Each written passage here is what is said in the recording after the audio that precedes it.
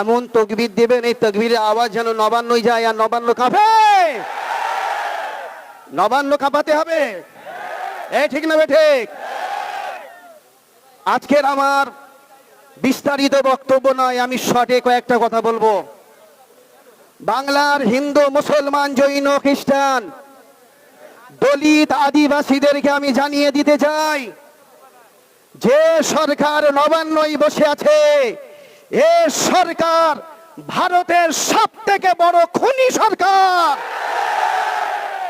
এ খুনি সরকারকে আগে এখান থেকে সরাতে হবে।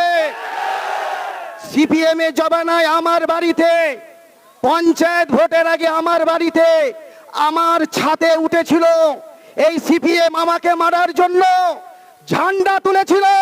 আর সেই দিনে আমার ফুরফুরা শরীফের পীর সাহেবরা, পীরজাদারা, বাংলার হিন্দু মুসলমান তাকে ঘাট ধরে 34 বছরের চেয়ারকে উল্টে ফেলে দিয়ে গিয়েছে।